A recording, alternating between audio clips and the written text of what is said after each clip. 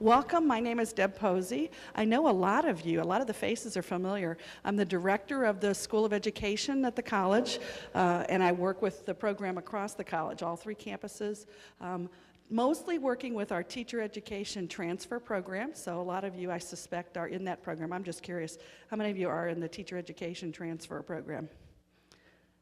Cool. Thank you very much. And then we have folks from other students from other programs as well, I know, interested in the topic of the day, which is multicultural education. So we're glad to have all of you here. I'm not going to take much more time except to say, as you have opportunity, if you want to come down and join us, we're happy to have you, and you should have a folder. If you don't have one, there's some at some of these tables that you can grab. I'm going to turn the mic over, though, to Ever Greer, who is our partner. This program is being presented in partnership between the School of Ed and the Rockville Counseling Department, and Ever is going to introduce our program for today. Thank you. And yes, I'm Ever Greer, and I'm in the Rockville Campus Counseling Department, and I'm just going to take a little bit of time to tell you about Mr. Maz, or as he's known by some of his students, or Joseph Masiello. We've known each other for quite some time, and his visit to Montgomery College kind of came to be when I had gone to Wilmington, Delaware a few months ago to a play, downtown Wilmington. And Mr. Maz met me after the play so that we could have dinner together. And as I was coming out of the theater, I was amazed at how many parents knew who he was and recognized him. And he had to stop and say hello and shake hands with a variety of parents as we were walking down the street. And that's the kind of person that he is. When we met a few years ago, I knew he was special because he had this joie de vivre, as the French would say, and this sparkle and this animation that made you just want to be a buddy of his. So we've known each other for a little more than 20 years, I think, and we've maintained good contact and good relationship. So last year, when we met for dinner, he was talking about his visit to Haiti, which I did not know he had made last summer. And he was explaining his experiences and what he learned in his growth. And I said, wow, this would be a great conversation to have during Black History Month. And he said, yeah, I like that idea. And that's how the beginnings of his visit to Montgomery College came. I came back, I talked to the Black History Month Committee. The Black History Month Committee said, yeah, we like your idea. And then, of course, I talked to Deborah Posey in the School of Education. She said this would be wonderful. So all of it kind of came together, collaboration and partnership. He's been a teacher for more than 28 years in the Delaware school system. And as of now, you know that he's Delaware Teacher of the Year for 2011. He reminds me of the teachers that I had when I was in public schools in Pennsylvania. He's a part of his community. He can tell you stories about the lives of the students in his class. And he has such a wonderful, wonderful, inclusive nature. And with his experiences in Japan and in England, I think you're really in for a treat today. So without any further ado, whether you're an education major or international studies major or considering wanting to do a Fulbright scholarship one day, I think you're going to learn a lot from his presentation today. So thank you, students, faculty, staff, for coming today, and let's welcome Joseph Masiello. I know you expect me to be at least taller than 5'7" with that huge introduction, but I'm sorry, all that's packed in this little frame here. Thank you so much. Before I start, I would like to thank Dean Darren Campen for inviting me to speak, Professor Ever Greer, and Black History Month Committee. Thank you so much. It really is an honor to speak about something I love. This is my 28th year teaching, and it's just amazing. And everybody sitting here, I know some of you are not planning on being teachers, some of you are. Hopefully, if you can take something away from what I say today, one thing, out of the whole entire thing that I say, if you have one thing, I think it's a successful morning. If you have more than one, that's amazing as well. I'm going to turn this on. I'm going to get the scary part out of the way first, and then we'll start. Okay, all you little young whippersnappers here, this can happen to you too. That was me. Okay. I'd do anything to have that hair back. Okay, I'd like to tell you who's talking to you and who I am, because I think it's really important. And I'm a person who has directly affected by my education, from where I've come and how I teach. So I'd like to start with that, and then we'll go on with my travels and how I bring multicultural education into my classroom.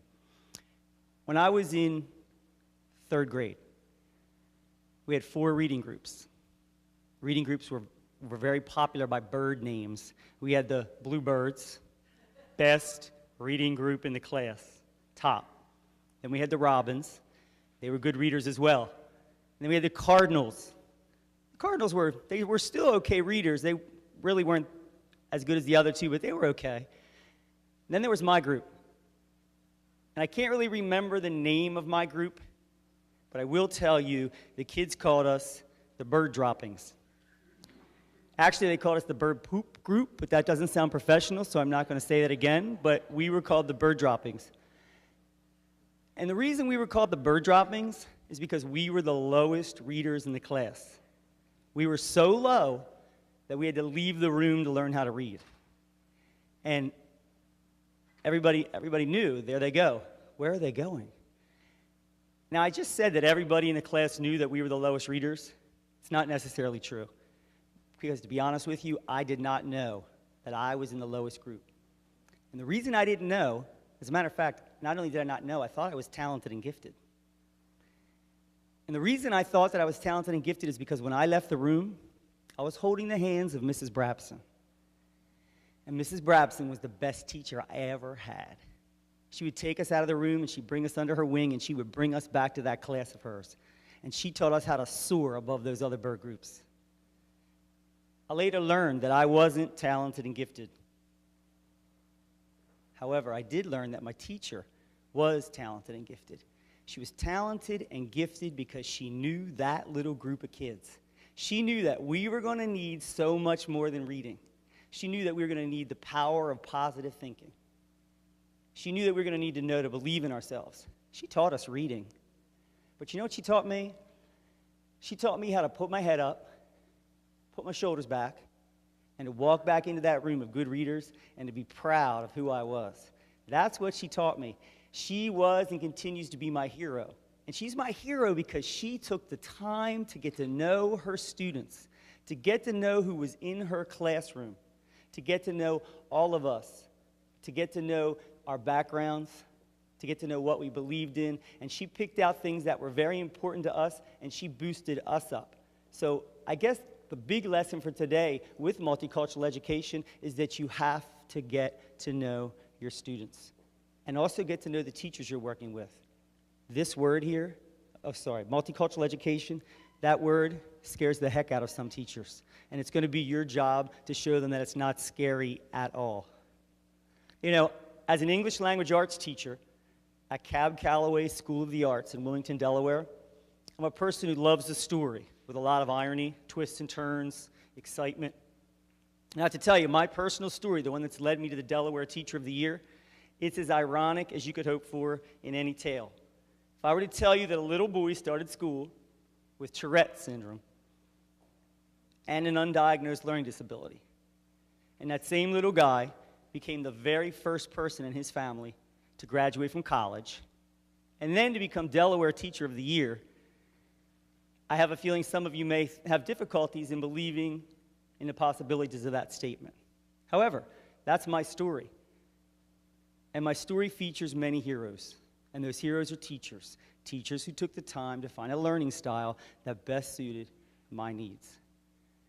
Henry Adams has my favorite quote. He says that teachers affect eternity. I want to say it again because that's really powerful if you think about it. And it's true. Teachers affect eternity. They may never know where their influence stops. That's my favorite quote because it's so powerful, because it really does speak to the influence that teachers have over their children. Teaching is the one career, with the exception of maybe a couple, but I'm going to say it's the one career that allows you to wake up each morning with a new chance to change the world. You may say, come on, I can tell this guy teaches at a creative arts school. Change the world, that's a little dramatic. Think about it. I've been teaching for 28 years. Thousands of children I've come in contact with. Every single day when you wake up, you have a chance to say, hey, I'm going to do something really great today. And greatness in teaching, it comes in teeny little steps. It's so amazing, the smallest thing. I have children who come back to me and say, Mr. Maz, you remember you said this? Well, I listened, la, la, la, la. And then afterwards I think, you know what, I don't even remember saying that. So we have to be so careful when we get to know our kids. You've got to be so, so careful. This power, and I'm going to call it power because it's a good power, this power that we have, teachers have to make a conscious decision how to use it, because it can also be used in a negative way. I can remember 6th grade. I was in the cafeteria. And I was dancing up a storm. Now, I couldn't read, but I could dance. And I could dance. And I knew I could dance. I was a good dancer. It was one of the things that I could do, and I felt good about it. And it was myself and 7 girls. Now, for the people who are about my age, I'll tell you the song I was dancing to was Build Me Up Buttercup. I don't know if you guys remember this, but that's how much I remember what happened. And I'll never forget my 6th grade teacher's remarks. Big science teacher walked over, circled the dancers, folded his arms, and pointed to me. And he said, Joey, sit down and stop acting like a girl. I sat down, and I never danced in school again. And I wondered, what would have happened had that teacher said, Joey, good dance moves? Or if he had taken that moment, become a child's hero by saying something positive. He judged me by his culture. He judged me by his perception of what a boy was, okay? And oftentimes, we come to our classroom with an ego. I always tell new teachers, leave your ego at the door, because these kids will cut you up and leave you in little pieces all over the floor. And at the end of the day, you have to say, that was great. That was fun. I'm going to do that again tomorrow, because we can't put our egos into that, okay? And that's what that teacher did. I threatened him. When he saw me, what he thought was acting like a girl, he had to speak on that. And I understand that now. I've mentioned heroes several times, okay? And I have a feeling some of you may be envisioning a caped crusader in a pair of red tights running around the school trying to save the day. Hopefully you're not envisioning me in a pair of red tights running around the school trying to save the day, because that's scary. But I'm not talking about that kind of hero. I'm talking about ordinary people doing extraordinary things. I'm talking about teachers. I'm talking about the teacher who goes above and beyond their job description because it's the thing to do. I'm talking about the teacher who goes out of their comfort zone, goes over to a child's house because he or she's been invited to a different type of dinner, a dinner of food they've never eaten. I'm talking about teachers who learn about their students and make every child in that classroom feel as valued as the child who was before him and after him. That's why I'm here today, to tell you how to integrate multicultural education into your classroom. And I thank you so much for letting me talk about something that I'm so passionate about. All right, there I was. During that year in 1964 in school, every single child in my class, girls and boys, looked exactly like me. My entire school was Caucasian. Every child in the school was white. How did I become someone who was so interested in multicultural education?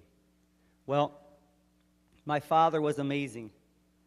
He made sure that first of all, he came from Brooklyn, New York. When he came down here, he tells us a story about his friend Peanuts. He and Peanuts were walking down the street, and he said to Peanuts, my dad was 13, hey, Peanuts, let's go get a soda in the store. And Peanuts said to my father, I can't go in there. And my dad said, what do you mean you can't go in there? And Peanuts said, I can't go in there because I'm black. And my dad said, what? Because that didn't exist where my father lived in his neighborhood. And my father said that was a pivotal moment for him, that he realized, wow, this is a completely different place than where I left. And from that point on, I think for my father, he realized that he was going to do something a little bit different. And then the way he raised his children, he saw I was going to a school, and I was probably going to end up very similar to a lot of the people in the surrounding area. So my dad would bring us to every single cultural event that he could think of. Once we're Catholic, and everybody in my school went to St. John's Church. Once a month, we had to go to another church. So we would go to another church, and oftentimes in the church, my father and myself would be the only two white people in the church, or we'd be the only two people who spoke English in the church, and I would look for my father, and I'd be standing there, and my father would be over here doing something with someone he didn't know, dancing and singing and praising, and I thought, where did this man come from? And why do I have to be a part of this? Why does he make, when you're a kid, your parents embarrass you. But I thank my father, because growing up, their two best friends, Kearney was from Ghana, and Jim was from England. Interracial couple. Was never said, oh, these are our interracial couple friends. They were just my parents' best couple. They're good friends to have dinner with. Roy and Jimmy, two men, came for dinner. I remember when they would leave the first time, I kind of realized, wow, they're two men. There's something different here. My father, I said, Dad, why is Jimmy opening the door for Roy? My dad looked at me and said, because he feels the same way about Roy that I feel about your mother. That was it. Nothing else was discussed. Nothing. So sometimes you can be in this environment, but you have to seek out. You have to seek out different cultures. And that's what I'm saying with my father. My father, he would go into the community and bring me with him. And I thank him for that, because I am the person I am today because of that. Okay, philosophy of education. This is my philosophy. I think it's important that you instill a sense of tolerance and acceptance into all students. I struggle with the word tolerance, because sometimes tolerance means you tolerate something, like you can tolerate a cold or you can put up with it. But I have to tell you, over the years of thinking about tolerance, it's a great place to start, because some people aren't even tolerant. So it's a really good place to start. So I keep tolerance in my philosophy. I think today, in a society where young boys and girls are taking their lives because they're perceived as different, and people are being bullied. Bullying is at an all-time high in my state. I think this is so very, very important for our curriculum. And, you have to stay on top of it with the kids, especially the new teachers coming in.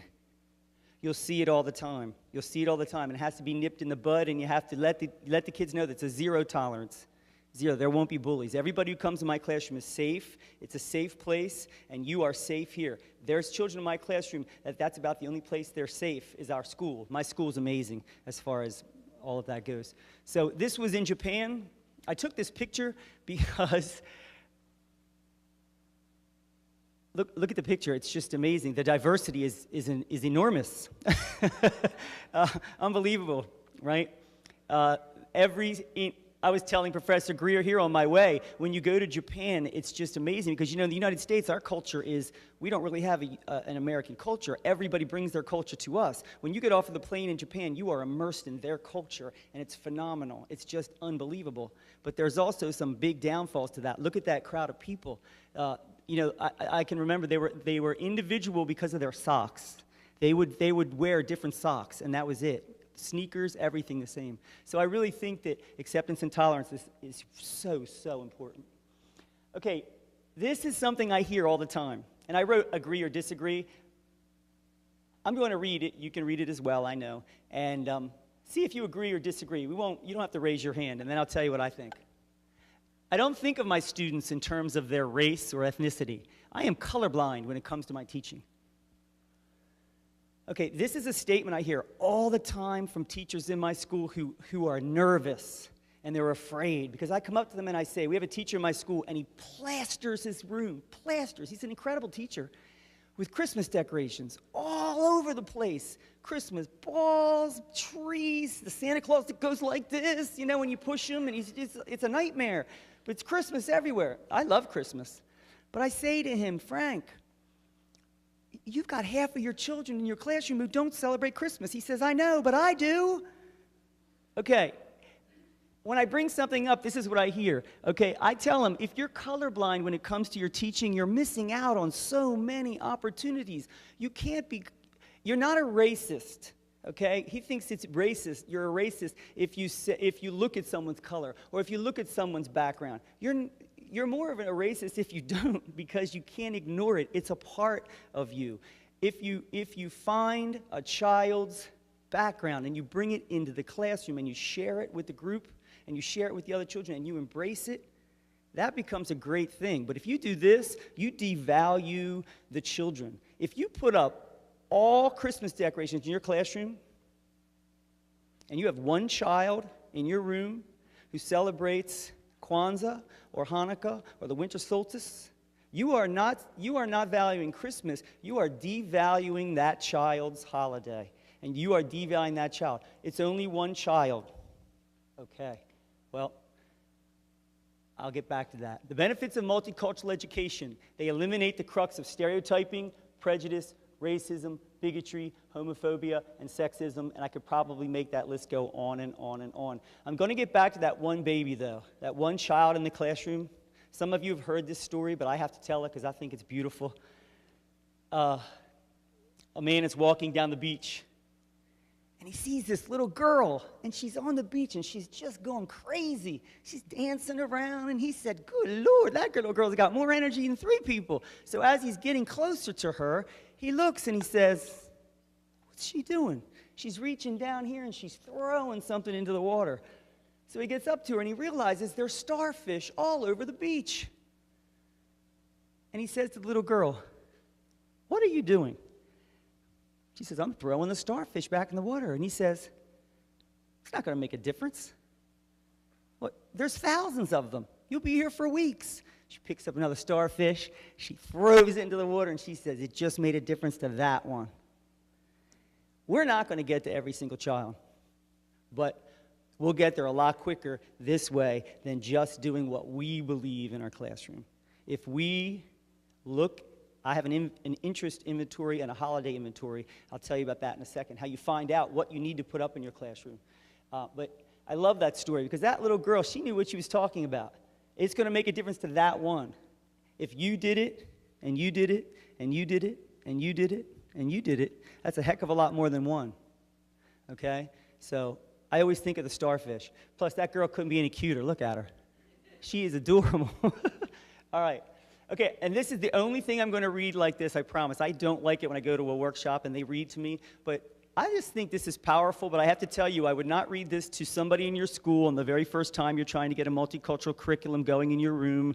I wouldn't do that. And, you know, this is the, first of all, it's from James Baldwin. If you know about James Baldwin, it's going to be a little controversial. He says, it's multicultural education in school. There's 4 characteristics, okay? And these 4 characteristics came from a organization called the Morris Dees Center, and it is teaching tolerance. And I'll show you that magazine in a second. But this says, what passes for identity in America is a series of myths about one's heroic ancestors. It's astounding to me, for example, that so many people really appear to believe that the country was founded by a band of heroes who wanted to be free. That happens not to be true. What happened was that some people left Europe because they couldn't stay there any longer and had to go somewhere else to make it. That's all. They were hungry. They were poor. They were convicts. Those who were making it in England, for example, did not get on the Mayflower. Now, that's strong. And like I said, you don't want to bring this in the first faculty meeting and put that up there because you'll have a riot. Because there are people in the classrooms today who are still teaching Christopher Columbus sailed the ocean blue, 1492, la, la, la, la, la, and you may have to be teaching that. You can't go into your classrooms and dictate what you're going to teach. You're going to be teaching what they tell you to teach. But what you can do, here's what I do with my children. If I had to teach a lesson on Christopher Columbus and I had to follow exactly what the textbook said, I would do that because I have a mortgage payment and I have a car and I have people who love the gifts I give them at Hanukkah, Christmas, Kwanzaa, and all the other holidays that we celebrate. However, I would do this. I would talk to my kids and I would say, okay, Christopher Columbus says here that Christopher Columbus discovered America.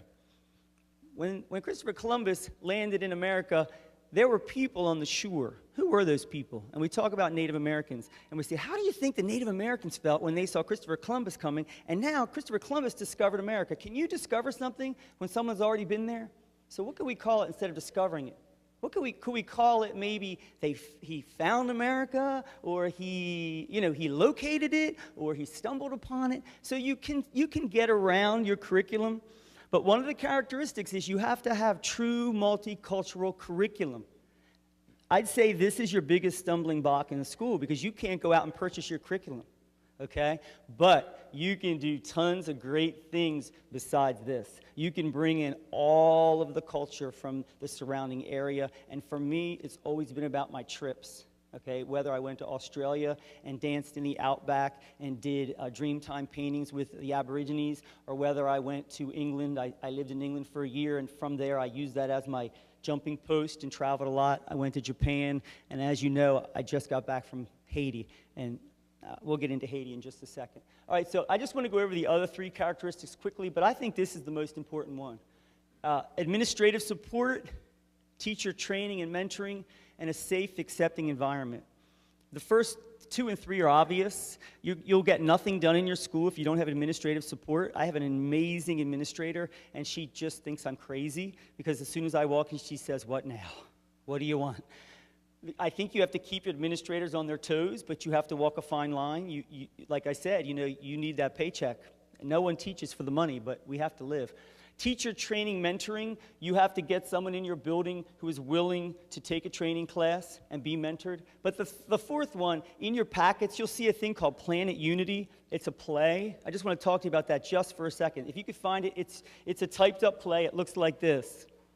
Planet Unity 3000.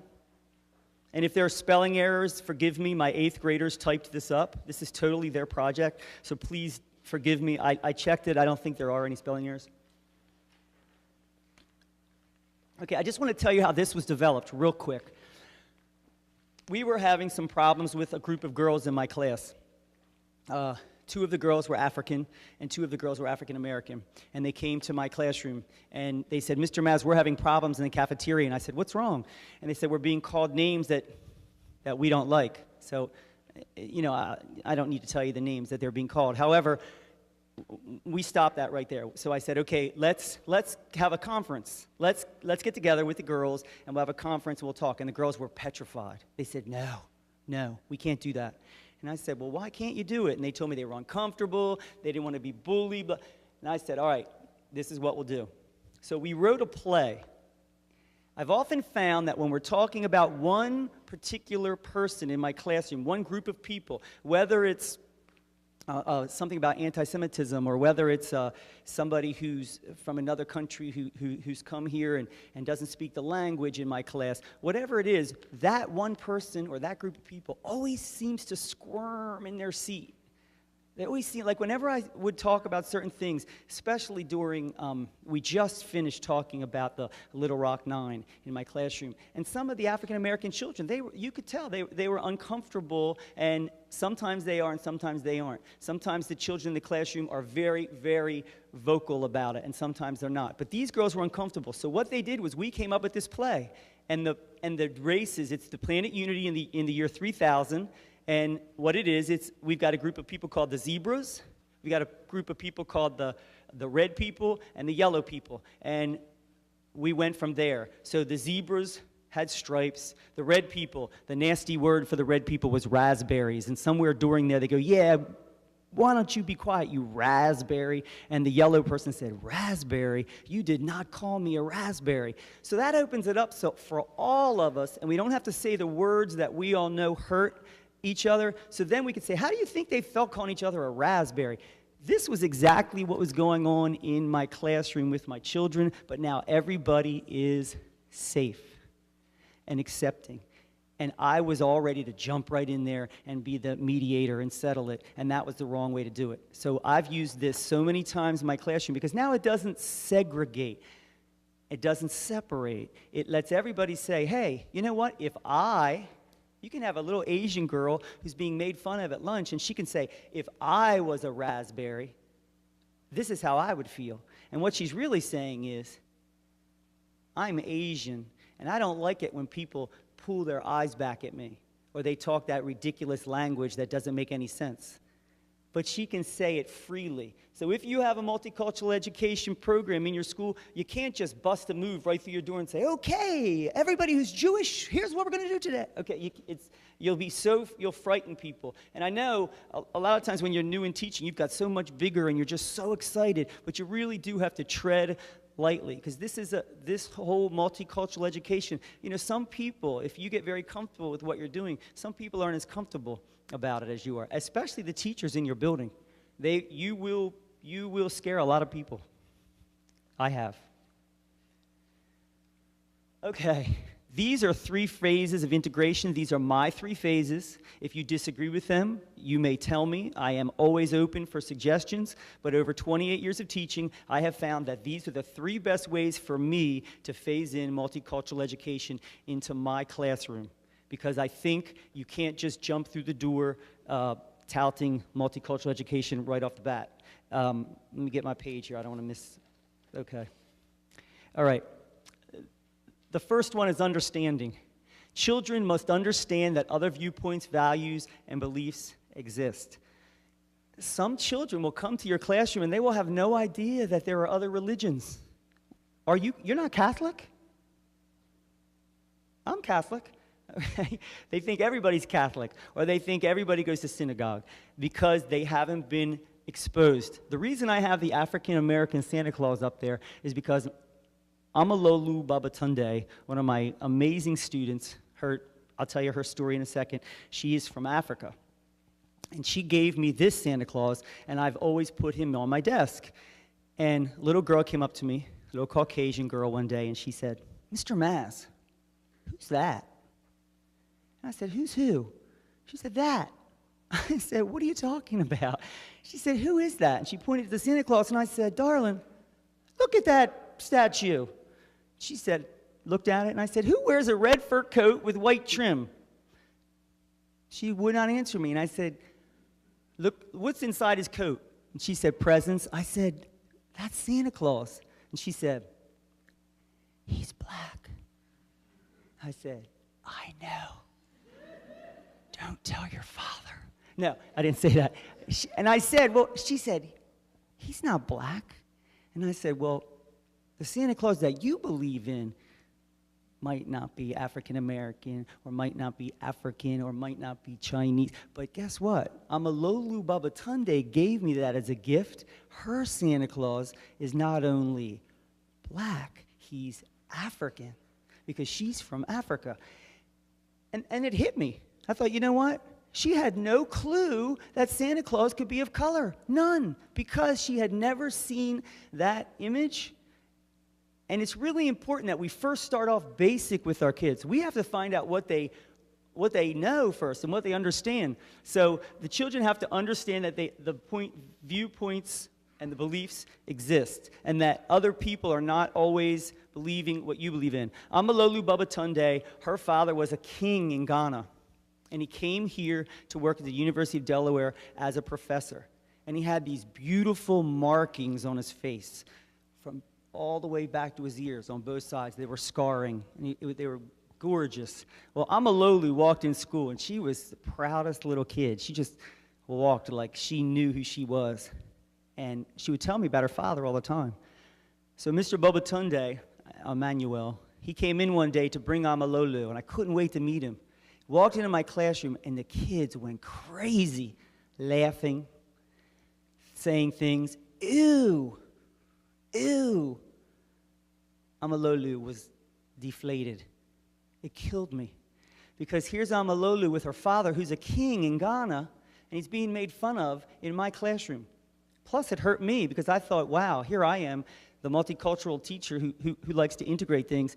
So I said that after school, I talked to Amalolu, and I said, "Can I have your phone number?" So I called her father, and I said, "Can you come in to talk about your markings? I want my kids to know about them. I want them to know why you have them." He came in 2 days later and gave an entire 45-minute talk to the whole 6th grade about his markings. And again, Amalolu put her shoulders back, and she said, "My dad's a king." And the kids understood that. I want my kids to know that what's different is not bad. What's different is not bad. Mr. Babatunde came in and he had those markings on his face, but the first thing a kid's going to do, a child's going to say, ew, because it's strange. It's not because something's wrong with the child. They're just going to say that unless they've had somebody before you as a teacher to show them. So I still put my Santa Claus out every single year, but I thought it was very interesting. Okay, and this was just going back to what I said before. Don't just put up one decoration in your classroom. Don't put up any. It's really better not to put up any unless you know what your children celebrate. And maybe pick a month, okay? And this might sound not right or politically incorrect, but I'm going to say it anyway. Sorry, Ever. You're going to say, here he goes.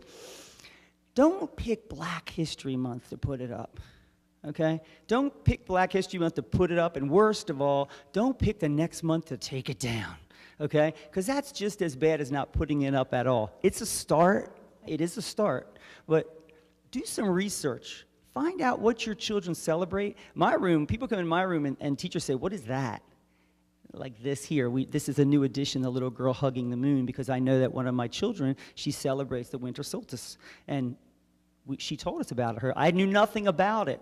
That's another thing. Don't be afraid. If you don't know anything about it, ask. I always tell my kids, I don't know. I was raised as a Roman Catholic, and I went to church, and every Sunday. I don't know anything about a lot of traditions, but you help me. So your classroom should definitely, if you walk in your classroom and it represents you, it's probably not friendly to everybody. Okay. Oh my. This is the second phase of integration. After the children understand that people do have viewpoints, this is what I think is the second phase, acceptance. Now, children are willing to accept the fact that there is room for all of us at the table and no one is devalued because of this belief system. You will find a lot of people say, no, Jesus is this. Buddhism is this. Oh no, you can't be this if I'm this.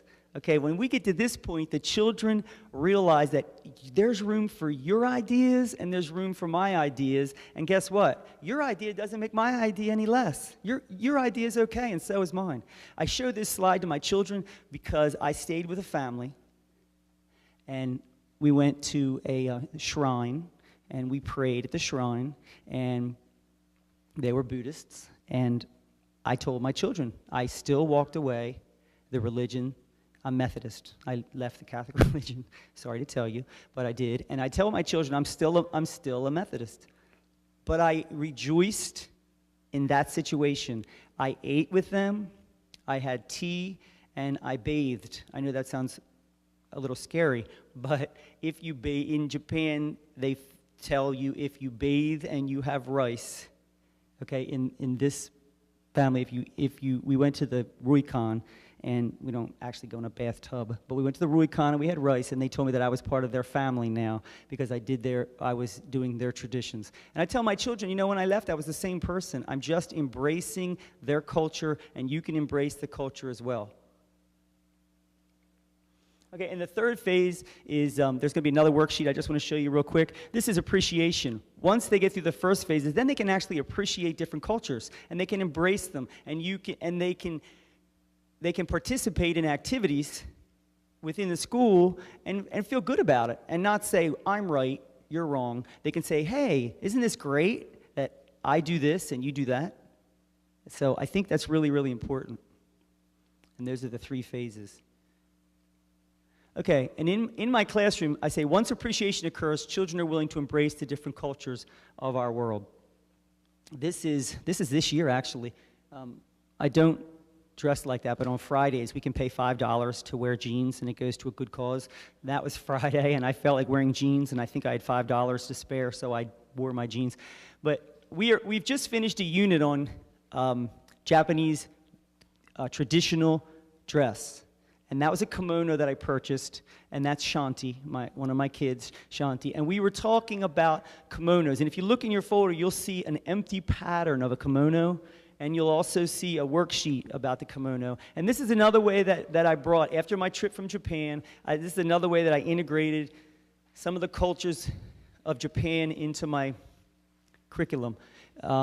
we talk about long sleeve kimonos and short sleeve kimonos and unmarried women and married women and the different materials. Is the kimono lined? Is it not lined? Is it a fancy kimono? Is it a wedding kimono? Is it a spring material? Is it not a spring material?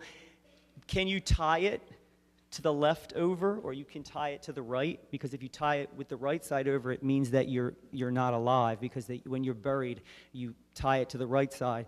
So I tell my kids, you know what, it's important. If you see someone walking down the street and they're wearing something different than you have on, I don't want you to say, ooh, that's weird, or that's ugly, or why are they doing that? Every single thing that people do usually has a purpose. We just have to find out what it is. And that's why I do this. And after we do that, I have my children design their kimono. And they can't just spray flowers on it. They can't just design colors. They have to do their kimono according to what they believe in and looking at the designs and what they mean. Because then we have a fashion show. And the fashion show we put, in my school, we have a little amazing machine that brings things to life. To me, I mean, you have to remember, I remember when VCRs were invented, but this thing is amazing. You stick anything under it, and 3D, it's with my PowerPoint, and the kimonos are like, and I'm like, oh my gosh, they're alive. But it's amazing. So the kids talk about their kimono, and they talk about why they would wear it and what it means. And now they have an appreciation about something in the Japanese culture and how wonderful it is. And wow, that's not just a kimono. It has a purpose. I had a girl come into my classroom yesterday. She had a head covering on. And I'd seen her every morning in the cafeteria, and we had just done a story about a girl in Afghanistan who could not go to school because of her gender. She was a female, and she had acid thrown in her face. And we were comparing her to one of the girls in the Little Rock Nine. And the girl in our story looked just like the girl in our cafeteria, had the same head covering. So I went to her and I said, can I ask you a question? She said, sure. And I said, how uncomfortable or comfortable would you be coming into my class and talking to my 6th grade kids about your head covering? Oh my gosh, you might think I offered her $100. She said, I would love it. I would love it. Because I didn't know enough to talk about it. And I didn't want to research it. I wanted somebody to come in who's wearing it. So this was yesterday. So she spent the day in my class talking about her head covering, and she also told my children that she was able to choose to wear it. My kids all thought that all these people were enslaved and they had to wear this, and their parents picked their husbands. And I said, listen, my kids are going to ask you some crazy questions. They were great. She left, and I said to my kids, what do you think? It's not as scary as you thought it was it? So I think as teachers, what we need to do is we need to seek opportunities as well. So when I saw that young lady in the cafeteria, she fit what we were doing in the classroom. So I brought her in. And I think those opportunities are always around. We just have to keep our eyes open, and we have to say, okay, and people love, I have learned over the 28 years, people love to come in your classroom and talk. They love it. You got to get up and stop them sometimes.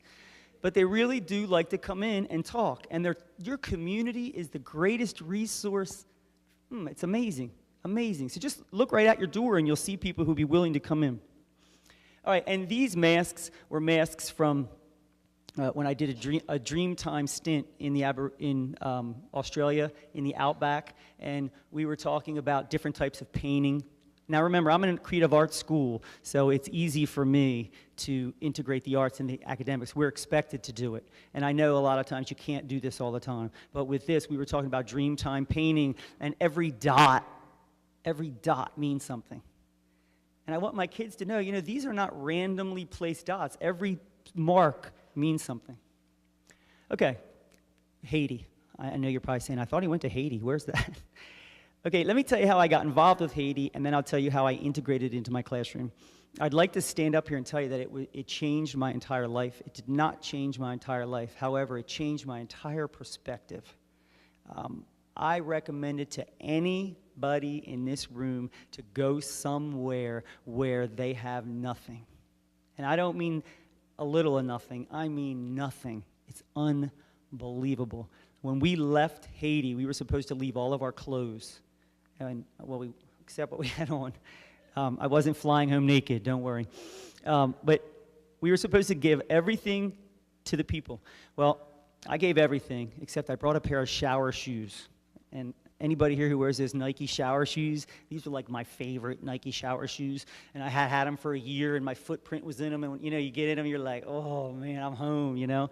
So I snuck them in my back pocket, and I had them here, and I had my shirt tail. You know, I'm over in Haiti doing what I'm supposed to be doing, and I'm trying to steal my own pair of shoes, which is ridiculous. So as I'm leaving, one of the women, she was a dentist, she said, Joe, what's in your back pocket? I said, what are you talking about? I don't have anything in my back pocket.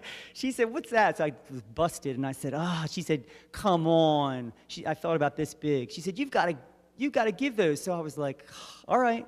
So I took them out and gave them to her, and she was the person who was going to distribute all of the things, because all week long, I was there for 12 days. They knew, you know, who needed what. So at the last day, I went and I hugged this lady. She was 17. She had 2 babies, and I went to hug her. I looked down, and she had my shoes on. And I said, those were my shoes. She hugged me so tight and said, thank you so much. Thank you. And I was going to keep them. The joy that she got out of that one pair of shoes was amazing. And that's why you see my kids. This is the kids this year, because we're already starting for Haiti next year. So this is not next year's kids. These are this year's kids. So we don't have as much stuff yet. And Kamani, the little boy in the front with the sneakers, he said, would you please say my name in your presentation? So I'm saying it, Kamani. Okay?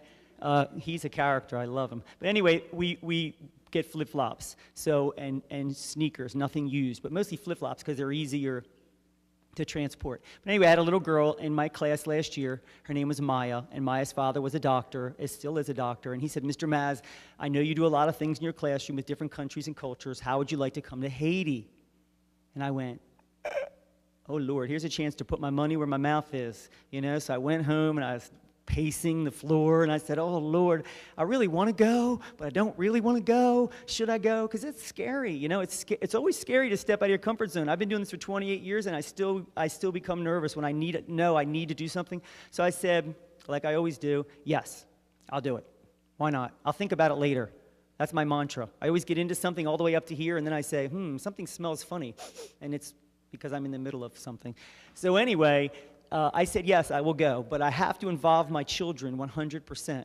So what we did was, my children last year, we're going to start this again in probably in March, we had fundraising, and as strange as this sounds, Mr. Maz has a troll collection. Do you guys remember those troll dolls? They're naked dolls, and they have the hair, and they're real fun. You see their hiney. When you're a little kid, you're like, look at their hiney, the little behind showing. They're really funny. But you remember, and you'd be like laughing because their hiney showing. Because when you're a kid, here they are on the blue sheet. I have a picture of them, but out of respect for my trolls, I only did their front because they're genderless. I didn't show their butts.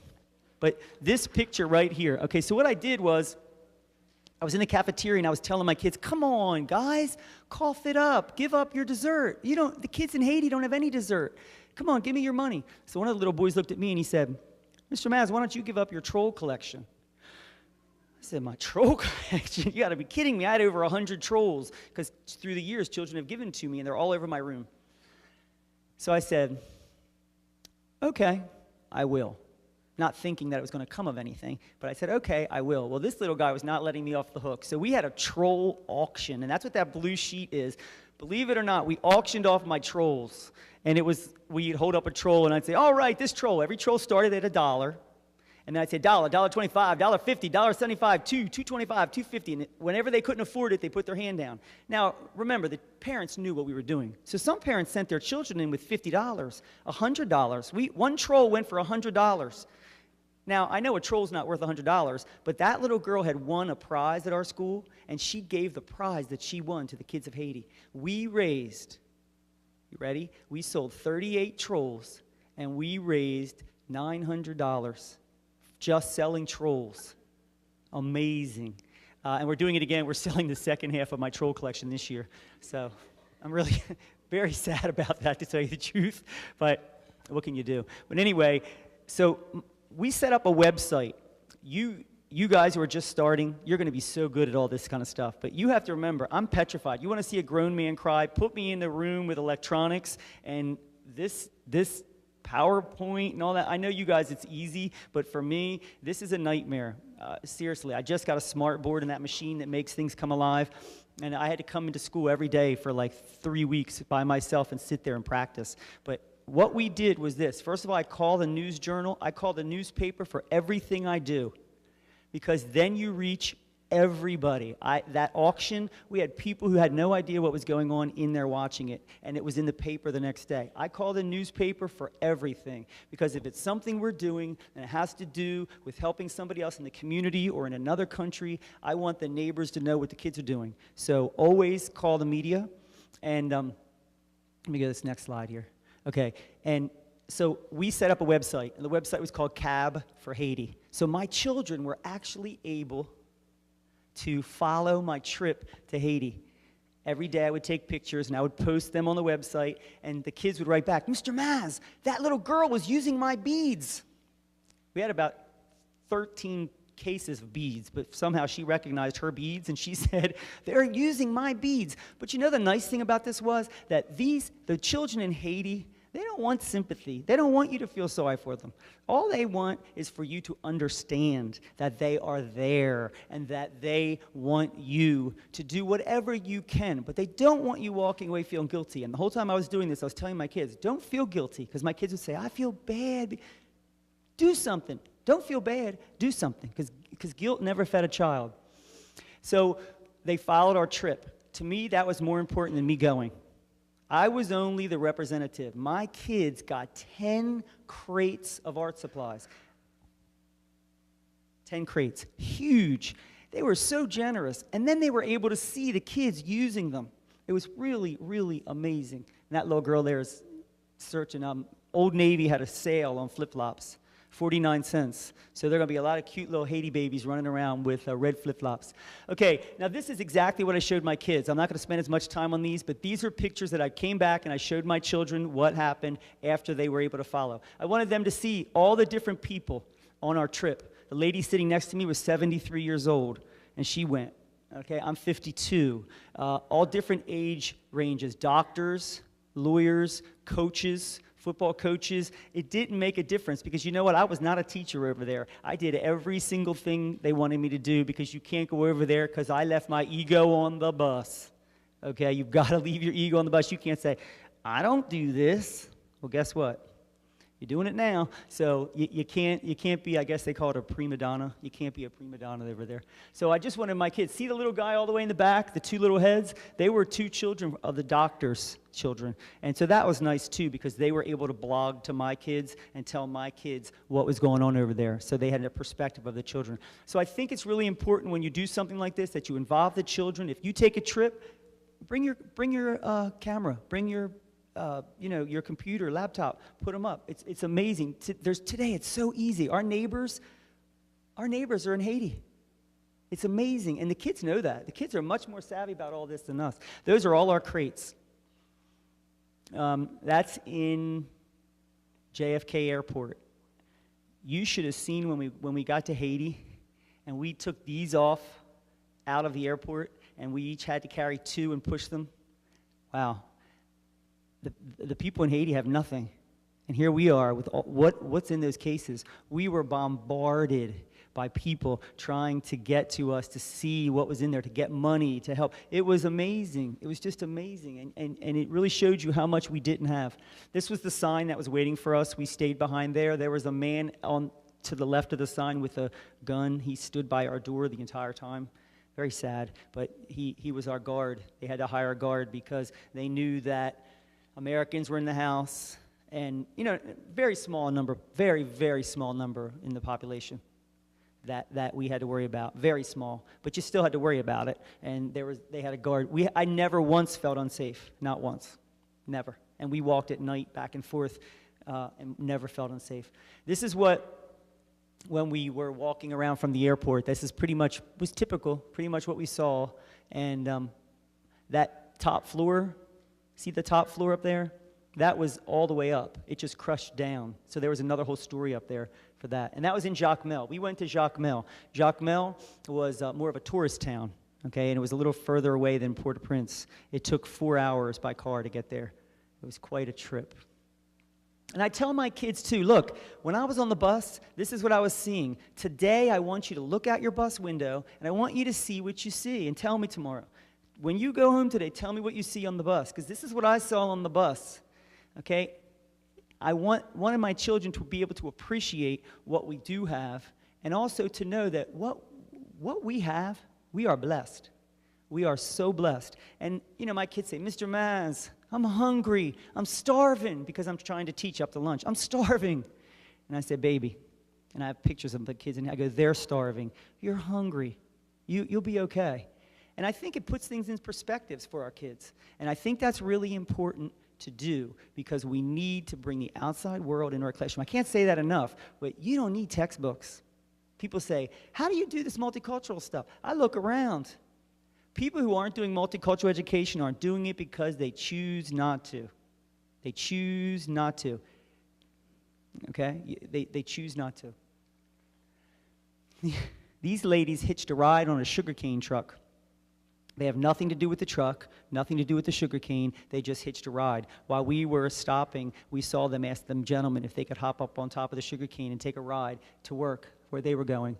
And that's how they got to work. And I asked my kids, how does your mom, raise your hand how your mom gets to work. I want to know. You know, and some kids say that she takes a bus, she takes a subway, she walks, my daddy drives her, or my mommy drives my daddy. And then I say, and look, right now as we speak, there are people in our world who are sitting on top of sugarcane going to work. Is that good? Is that bad?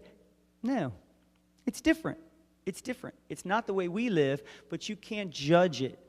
I don't want them to look at the news and see the 3 people who want to get into the white people's home who are helping, but the thousands of people who are accepting of us being over there. When I was there was a piece of art. I don't spend money on anything except art. And it's all art from different places I've been. I went to purchase a tin. They're very big with tin sculptures, and I went to purchase a tin, and the guy said the price, and I said, whoa. I thought he said 120, and he said, no, 12 something, 12.20. He was giving it to me for his least amount of money, because he said, you're here to help my people. I don't want to make money on you.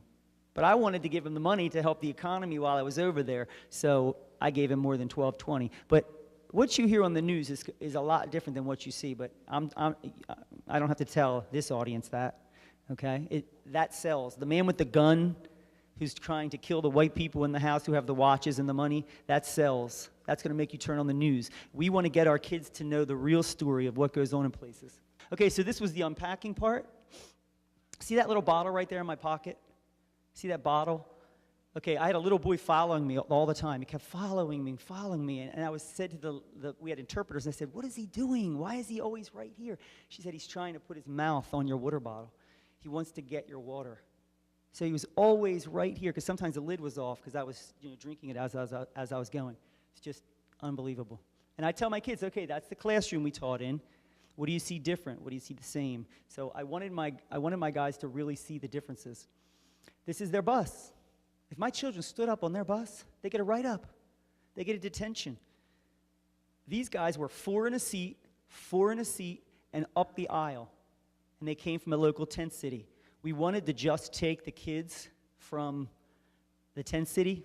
Can't do that, because in the neighborhood, everybody saw it, and they smelled the rice and beans, because once the children are out of school, they're not fed anymore. So everybody wanted to come to our camp also for the rice and beans, because we fed them 1 meal a day. And we decided we'll just go until our rice and beans run out, because you can't segregate the kids from the tent city and the kids who live in there. But those are the kids. And then these are the kids that were on the beach. And at first we went there, and I always call it the old white boy network. I can say that because I'm an old white boy, or man, excuse me. But we went there acting like the old white boy network, okay? No, you have to do this, this, and this. You have a red band, you have a blue band, you're in this group, you're in that. Well, guess what? It's not working. Your little American ways are not working here, and I told my kids that. We went there with our preconceived notions. I was in charge of the gate, and I had to tell, and I'll show you this guy's picture up here. I had to tell the kids they could or couldn't come into the camp because they didn't have shoes. That's ridiculous. So a little girl came up to me, she had on a pair of pink flip-flops, Cutest little flip-flop that she must have just gotten them, had flowers on them. And I said, oh, come in. Little guy comes right next to her. She stands next to me. That was her brother, but I didn't know it. He has no shoes. And I said to him, this was early in the trip, I said, no shoes. You can't come in. So he looks at me, and then the interpreter told him what I said. So he goes to the back of the line. Out of the corner of my eye, I see his sister walk over to the fence, slips her flip-flops off, stands here like this, and hands them. Well, that little guy was smart enough to know that he came up about 5 more people, comes up, and I look at him, and I went. He went. Wait, it doesn't end there. He gets in, he goes over, he takes his shoes, he gives them to the girl, and that little girl passed her. All right, let me take a breath. That little girl passed her shoes to every kid in that line. And she got every kid in. We had big boys in her flip-flops. She got every kid in, and I wasn't about to say it because I said, you know what? I'm not going to do the old white boy network here, and I'm not going to try to, it's ridiculous, you know? And the shoes didn't make a difference. Good Lord, they don't even have clothes. We had little boys coming in with shirts on. Just shirts, nothing else. So that was amazing. And we just ignored it. The next day, there were no rules. If you could get in the door, you could get in. Okay, that's just the first day of camp. And then we had these popsicle sticks. All my kids donated all that wonderful stuff. And they loved it. It was just like we gave them later. See that little girl right there in the wedding dress? Somebody had donated probably a bridesmaid dress. She wore that every single day at the camp, all 12 days. All 12 days, she wore that exact same dress. Gorgeous. Okay? And, you know, I tell my kids, they're just like you. They wanted beads. They wanted beaded necklaces. They weren't walking around telling us, you know, who they lost in the earthquake and what was going on. Our objective to our camp was to have 7 weeks of fun. Give them back their childhood. That was the only objective we had. Okay, and then we painted rocks on the beach, and that was the highlight of every day because that was the rice and beans and the kids. You know, no matter what we were doing, it didn't make a difference. If you haven't eaten in 3 days, you don't really care about putting a picture in a jeweled popsicle stick frame. You're caring about your meal, and that was the most important part. Look at those babies. We donated musical instruments as well. We donated foam, and they cut masks, and they danced. And then this was almost caused a riot until we figured out again how to do it. We came out the first day, and we had a big thing of beads and held them there.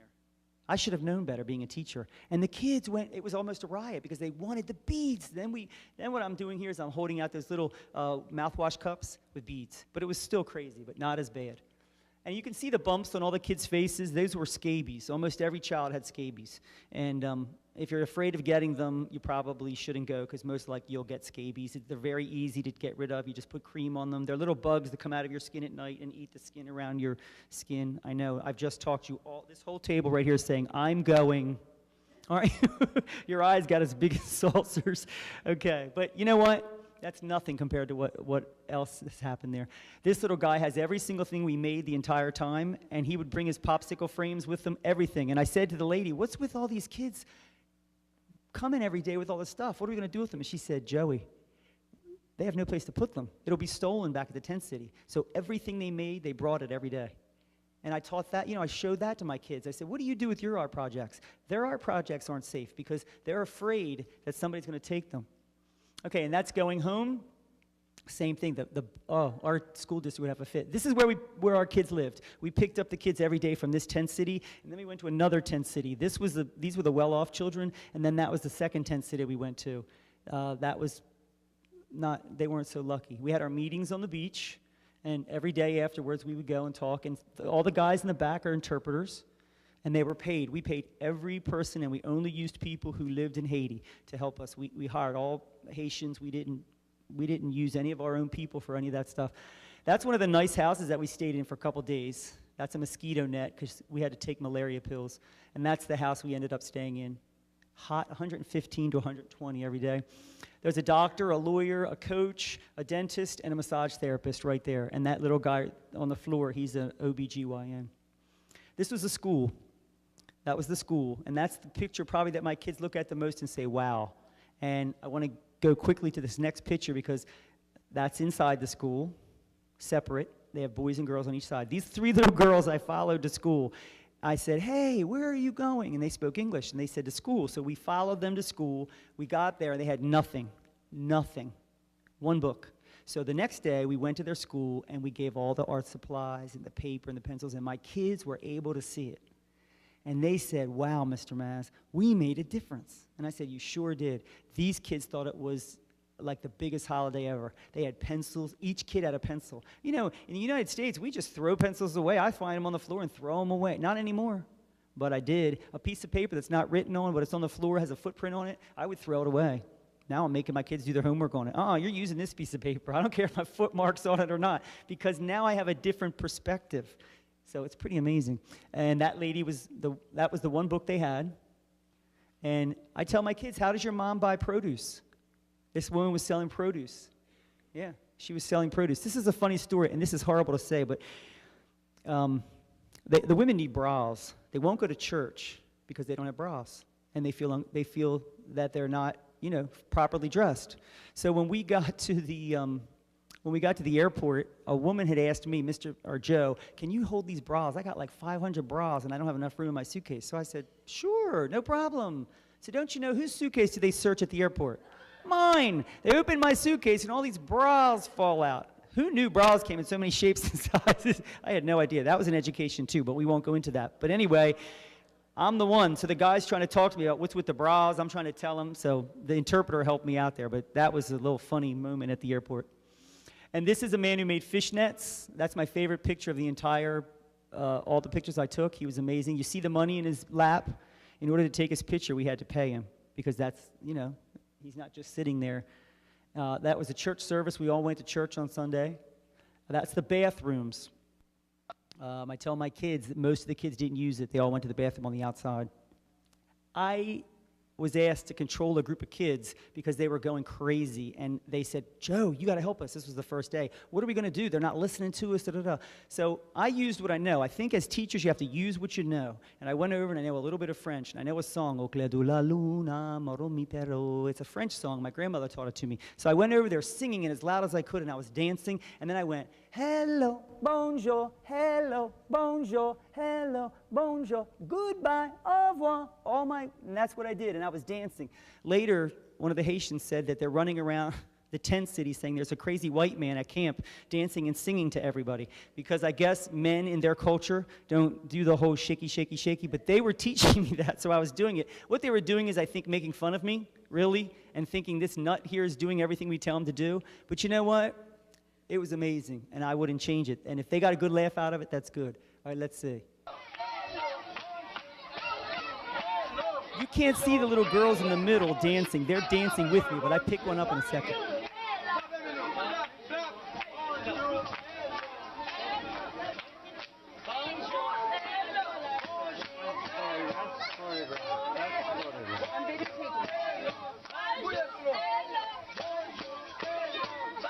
This is embarrassing.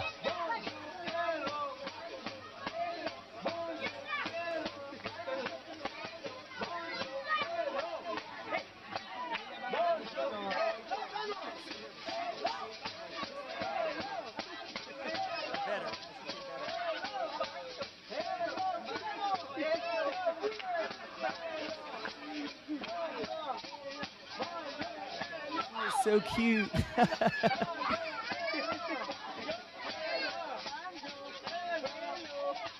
And that's what they tell you not to do. When we went there, they said, don't touch the children, don't pick them up because you'll get scabies. Hello? How are you not going to touch the children? So all of us just said, we're just going to get scabies and we're not going to worry about it. And once you get past that part, you get past it. Okay, and then we're finished here. This is the little guy I told you about who didn't have the shoes. Yeah, and he ended up getting a pair of shoes by the end there, and he has a little Bob the Builder shirt on. So, and then when I went home, I made sure that I kept it up the whole year. I said, Haiti says thank you. We had a bulletin board up with all the pictures to show all the kids who didn't follow our website.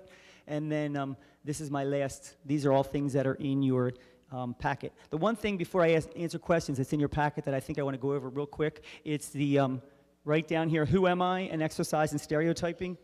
if you look at that, I gave that to my children this year, and that's how I find out where I am. Yeah. I tell my kids, I tell them a little bit of a fib. I tell them that we're producing a play and I need characters. I need characters for our play. And can you give me names? Give me names that you think are really good for these characters. And a telephone operator, a kindergarten teacher, a police officer, a nurse, a doctor, a mail carrier, a stay-at-home parent, and a firefighter. And if the names are not gender specific, I didn't count them.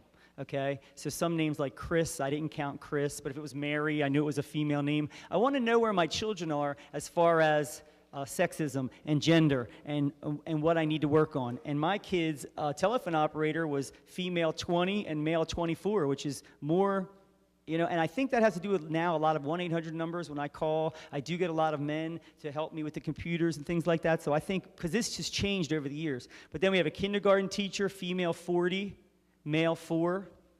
We have police officer, female 6, male 38. Nurse, female 39, male 5. Doctor, female 7, male 37. Isn't that amazing? Mail carrier, female 2, male 42.